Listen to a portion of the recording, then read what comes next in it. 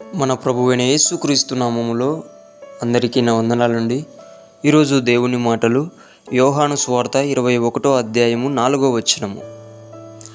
సూర్యోదయమగుచుండగా యేసు ధరిని నిలిచెను. అయితే ఆయన యేసు అని శిష్యులు గుర్తుపట్టలేదు. ప్రియమైన దేవుని బిడ్డలారా, దేవుడు ఈరోజు మనతో మాట్లాడుతున్న మాట, గుర్తుపడుతున్నావా? యేసయ్య నీ దగ్గరికి వచ్చినప్పుడు నువ్వు గుర్తుపడుతున్నావా?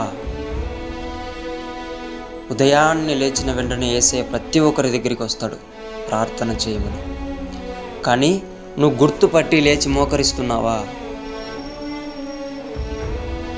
అనేక సమయాలలో యేసయ్య మన దగ్గరికి వస్తాడు, నీవు సువార్త చెప్పమని, నీవు వాక్యం చదవమని, నీవు యథార్థముగా జీవించు. అబద్ధాలు చెప్పేటప్పుడు నువ్వు అబద్ధం చెప్తున్నావని, మోసం చేసేటప్పుడు నువ్వు మోసం చేస్తున్నావని, పాపం చేసేటప్పుడు నువ్వు పాపం చేస్తున్నావని ఆయన నీ దగ్గరికి వస్తాడు.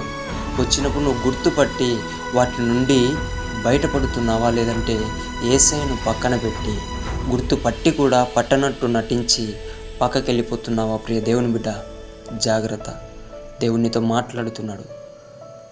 నీవు ఆయనకు లోబడితే నీ జీవితం ఆశీర్వాదకరముగా మారుతుంది. నీవు ఆయనను తృణీకరిస్తే జీవితమే శాపంగా మారుతుంది.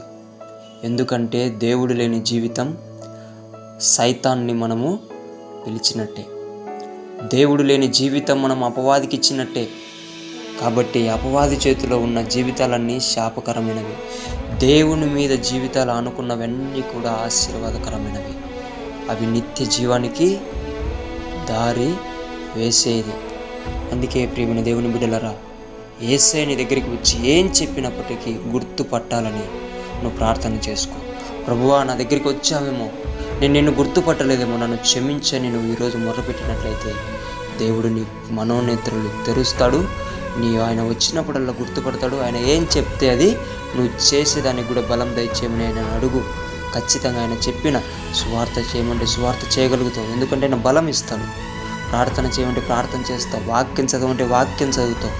వీళ్ళను వద్దనుకో అంటే వద్దనుకుంటావు. వీళ్ళని కావాలనుకుంటే కావాలనుకుంటావు. అది శత్రువు అయినా సరే. ఎందుకంటే అది యేసయ్య మాట. ఆ మాటలో శక్తి ఉన్నది. ఆ మాటను మనం గనక పాటించినట్లయితే, నెరవేర్చినట్లయితే, యేసయ్యను గుర్తుపట్టినట్లయితే నీవు అనేక జనములకు ఒక ప్రవక్తగా నిలబడతావు. ప్రియమైన దేవుని బిడ్డలరా, ప్రతి విశ్వాసి కూడా ఆయనను గుర్తుపట్టాలని, ప్రతి సేవకుడు కూడా ఆయనను గుర్తుపట్టాలని, ప్రతి ఒక్క ఆత్మీయుడు కూడా ఆయనను గుర్తుపట్టాలని దేవుని ఆశ.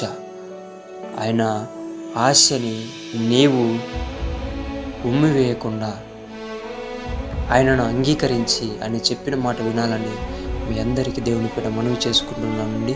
దేవుడి మాటను దీవించునుగాక. ప్రార్థించుకుందాం. యేసయ్యా, నీకు వందనాలు తండ్రి.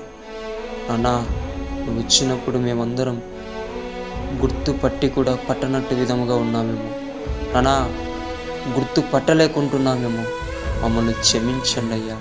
నాన్నా, నీవు వచ్చినప్పుడు ఏమన్నా చెప్పినప్పుడు గుర్తుపట్టి నువ్వు చెప్పిన మాటలను మేము నెరవేర్చే బిడ్డలుగా, ఒక మోషేలాగా, ఒక పౌలులాగా, నానా పేతురులాగా, నీ శిష్యులలాగా నాన్న తండ్రి, గుర్తు పట్టనట్టు కాకుండా గుర్తు పట్టినప్పుడు నీ శిష్యులు అనేక మందికి ఆశీర్వాదకరంగా మారారు.